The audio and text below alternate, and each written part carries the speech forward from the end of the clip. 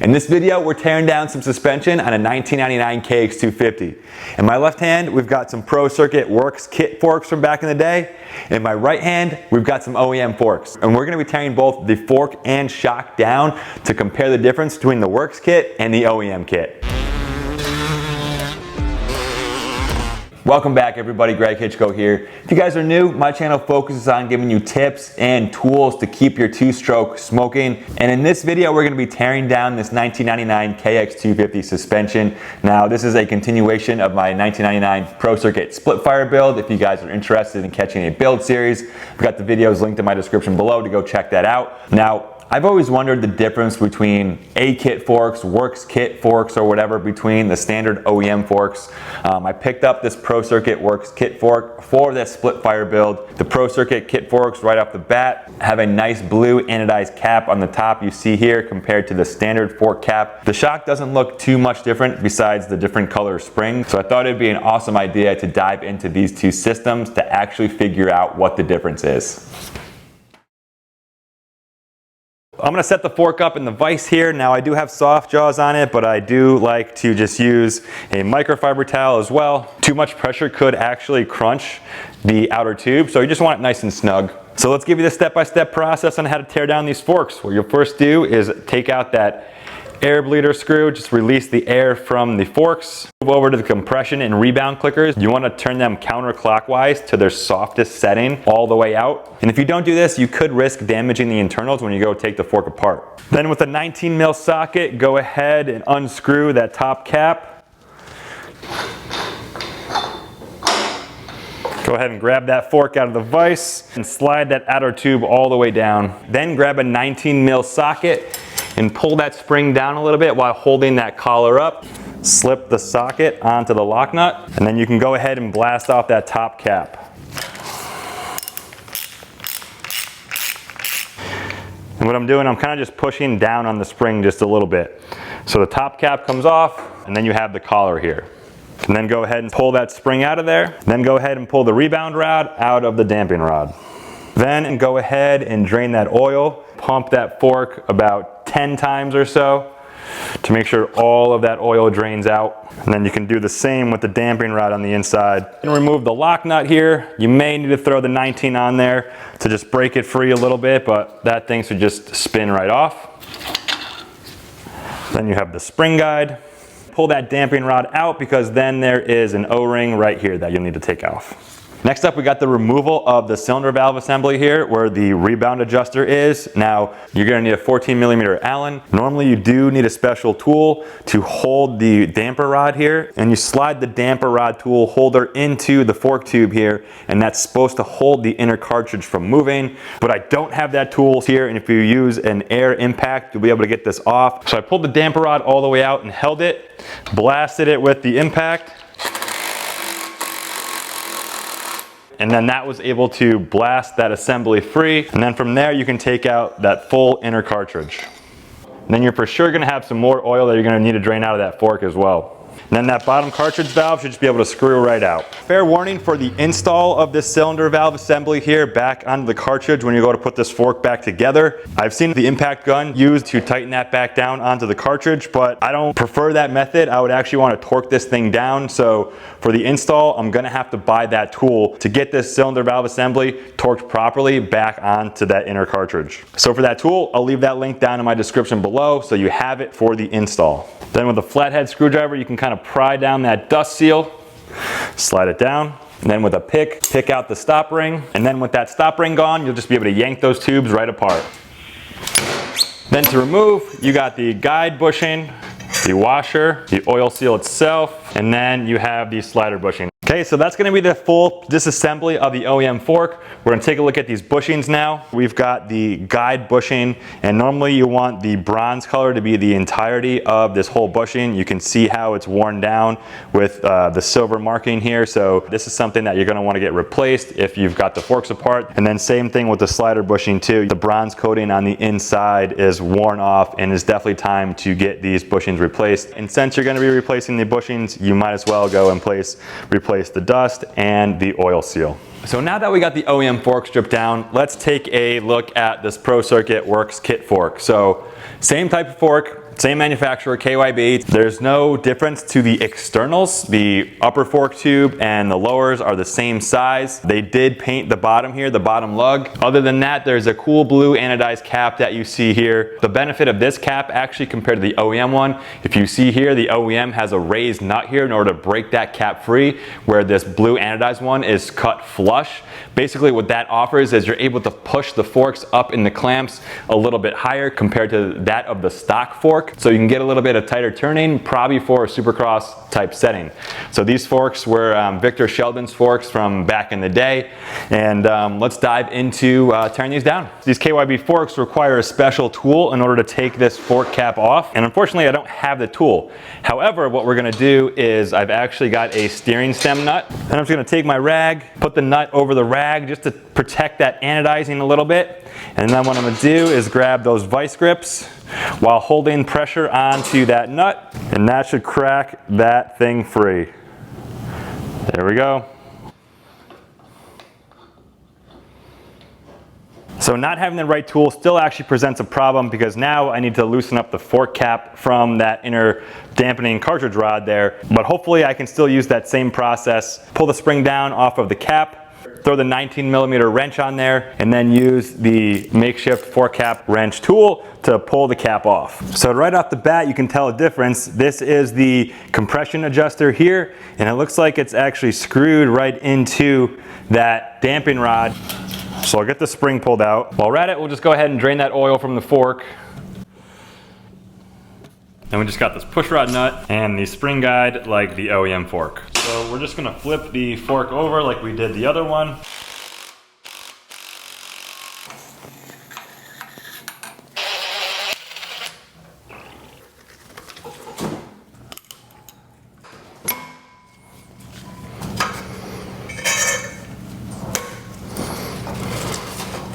All right, so let's check out the difference between the Pro-Circuit Worx kit fork and the OEM fork on the right. So in terms of the rebound valve, I simply just don't see any differences between the valve at all. The cartridges here, same thing as well. When I pulled the rod out, there's no difference in the push rods. Now I can't get to the valve on the inside of the cartridge, but when I look in there, both of them look to be the same to me, so I don't think there's anything with the cartridge. The spring guide and the lock nut, same thing. Where these forks differ is in the fork cap, so this is a completely different blue anodized flat fork cap compared to the OEM one, which has a nut that sticks up. Now in this unit, the compression screw is actually a part of the fork cap, where in the Pro-Circuit one, it's actually not. And I'll show you the difference on the push rod. So the quote-unquote clicker that we all call them actually screws into the top of the push rod here. And then that's when the Pro-Circuit cap then goes ahead and screws on. So there you can see the threads in the Pro-Circuit one on the right compared to the OEM one on the left. It must just make for a more accurate adjustment of the suspension when you make clicks compared to the OEM setup. But I'm certainly not a suspension guru, so if anybody out there knows why Pro-Circuit made this design, go ahead and leave a comment below for us so we can all learn about the real reason why Pro-Circuit has these awesome fork caps. Over to the rear shocks now. In terms of the external shock body, pretty much the same. It looks like the cast OEM design for the PC kit fork, nothing different there. And I'll just flip over to this side as well. I mean, there is zero difference between the OEM shock body and the Pro-Circuit kit shock body. So there must be differences in the valving and shim stacks on the inside of the shock perhaps. So let's start with the OEM shock first. I need to bust off this top two collars to take off the shock spring. Then screw the shock counterclockwise. It'll help loosen up the bottom collar. Then you'll be able to move the shock bumper up out from the bottom. Then you'll be able to loosen up that collar, slide the bottom collar out, and then the collar that the spring sits on will be able to slide off, followed by the spring itself. And then before we do anything else, we'll do the same as with the fork. We'll take the compression and rebound adjusters all the way counterclockwise to their softest setting. And then take the high speed adjuster all the way out counterclockwise to its softest position as well. We'll drain the nitrogen next out of the air bleeder. With a 5mm Allen, go ahead and remove the oil drain bolt. Oh shit, be careful because that thing is gonna squirt out. And then you can go ahead and drain the oil from the shock body. Slowly pump that shock shaft up and down. Be careful because it will squirt out like crazy. After successfully draining the oil out of the shock body, you can go ahead and replace the oil drain screw. I've got this reservoir cap tool from Tusk that I'm just gonna screw onto that valve. And then you're gonna wanna push down on the bladder about 10 millimeters. Then you just need to push it down just enough to have access to that circlip. Do your best with the pick to go ahead and extract that circlip on the inside there. Screw the bladder cap tool back onto the bladder, and then you'll be able to pull the bladder out. That's really what this tool is for. Then any remaining oil, just go ahead and dump that out as well.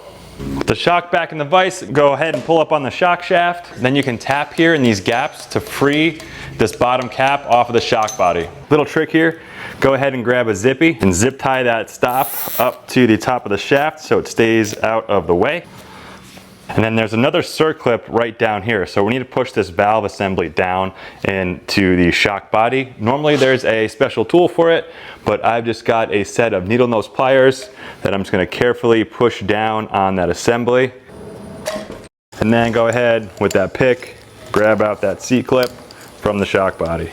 Then the shock shaft and valve assembly should just be able to pull right out. You may need to pump it up a couple times, but it should just be able to pop right out. And then as a heads up too, there will be some excess oil in that shock body. So I'm gonna stop at this point right now. I got the shock shaft in the vise. This is the complete seal unit here, the shock seal, and then you have the valving assembly up top. Now from the OEMs, this nut here on the end of the shock shaft is actually peened on there. So you need to grind the edges of the nut, or they make a special drill head. I don't think it's dirt bike specific, but I need to get that and link that in my description below for you guys. But basically it just shaves the nut down in the shaft a little bit, so you're able to get this nut off. If you try to blast this nut off with the peening, with the OEM peening, you're gonna ruin both the nut and the shaft, so don't do that. But talking to the gentleman who I bought the bike from, I do remember him saying that the suspension was serviced with new oil and seals. Now the only thing that could be different in the kit forks is maybe there's a different valve here and the shim stacks, so let's go ahead and get that apart and see what we're working with.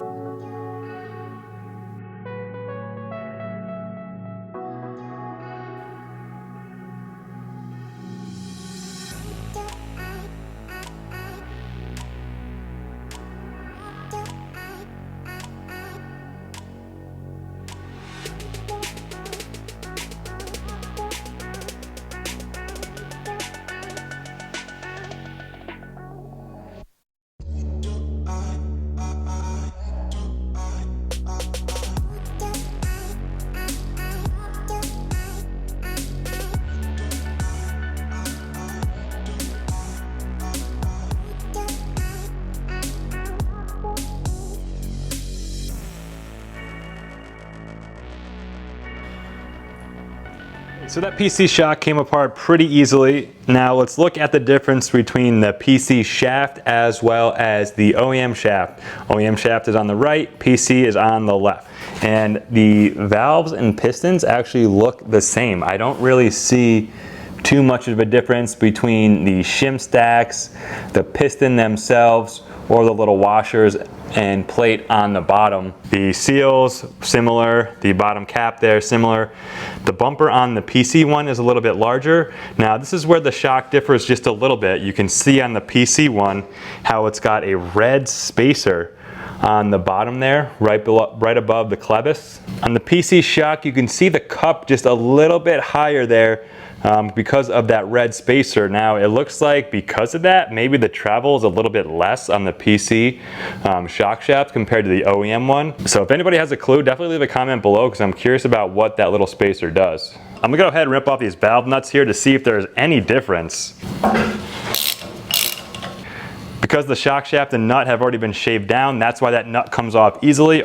And trick here for you guys, I got this zip tie ready. I'm just gonna stick that down into the shock shaft and push up on the valve system here. And that'll stay together as one so I don't mess up the shims. And we will zip tie that together. So I took it a step further with this rear suspension and broke out the valve shims per each of the valve in the rear shock. And going through it, they have the same number of shims comparing the OEM to the PC. And going down the line one by one, they are the exact same shims in each of the positions. So from my eye and after laying out all these shims, I don't see any difference at all between the shim stacks on the OEM shock and the PC shock, which kind of makes me wonder a little bit why Pro Circuit didn't, if this truly was Victor Sheldon's fork and shock, why didn't they change the valving per his spec, ability, and applications. And there's a better look at the OEM valve on the right and the PC valve on the left. Basically the same thing, there's no difference in the valve straight. Both of these are just, they look to be OEM valves as well. So the difference between the stock one seems to be a little bit shinier here. It's like it's worn off compared to the PC one, but that is really the only difference. This is the bottom here, we were just looking at the top. On the bottom too, it looks like the OEM valve is just a little bit more shinier or worn down compared to the PC valve. So that's the only difference that I see. So the compression adjuster unit just backs out with a 17mm socket. But I'm gonna grab the pick and I'll be able to pull that little cylinder out. Then with a set of pliers and a microfiber rag, I was able to grab onto the end of the valve assembly and just gently pull that off. And then in terms of the two assemblies here, there is really no difference. So we've got the Pro Circuit one here on the right, and then the OEM one on the left. In terms of the high speed and low speed compression adjuster, the outside unit is pretty much the same. They both have springs, and on the inside they look to be the same as well. And then the valve itself is pretty much the same too. So this is the outside collar piece that I was talking about, and then that'll slide right onto the outside. The shims and the valve sack seem to be the exact same thing. The washer is the same. So in terms of the valving units as well, it looks like they share the same OEM components. All right guys, so that's gonna be a wrap here, comparing the Pro Circuit Worx kit fork and shock compared to the OEM units. Now, was I expecting that there was gonna be a little bit more differences between the two? Of course I did, I definitely did. What we're looking at with the forks is two KYB open chamber fork systems.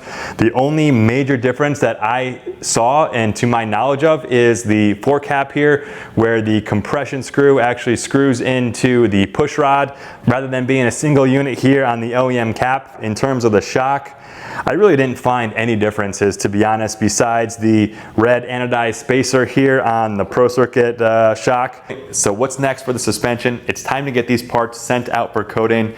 The guys over at Precision Worx are gonna be taking care of that. If you haven't, you need to go check out their Instagram, Precision Worx. I'll leave it in my description below. And I finally decided that I'm gonna go with a Kashima anodized, not a real Kashima coat, on top for the fork uppers and shock body, mainly because it's a little bit cheaper than going real Kashima, and since I'm going to be riding this as my main bike, it's more durable than real Kashima as well. Since the fork upper is a two-piece construction, we're going to be polishing the bottom part of the fork, so it's going to look really similar to what you see here. And then I thought I was going to go black DLC on the lowers, but I decided to go the blue turquoise to give it a more current Pro Circuit factory look. So I think it'll be a nice touch. So I took it even a step further on the shock bodies to make that Kashima anodized pop even more, so it doesn't look as dull. I hit the shock body with the Prime MX pads on the bench buffer and Dremel, and really got this thing shining to make sure that Kashima anodized really pops when it comes back.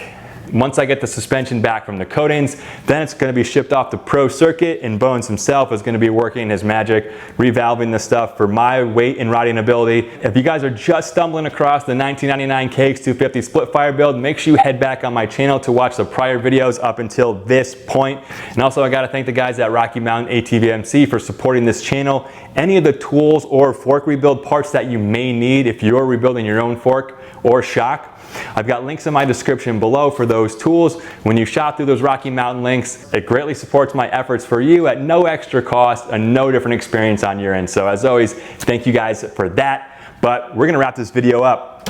As always, ride hard, be safe, and we'll see you in the next video. Peace.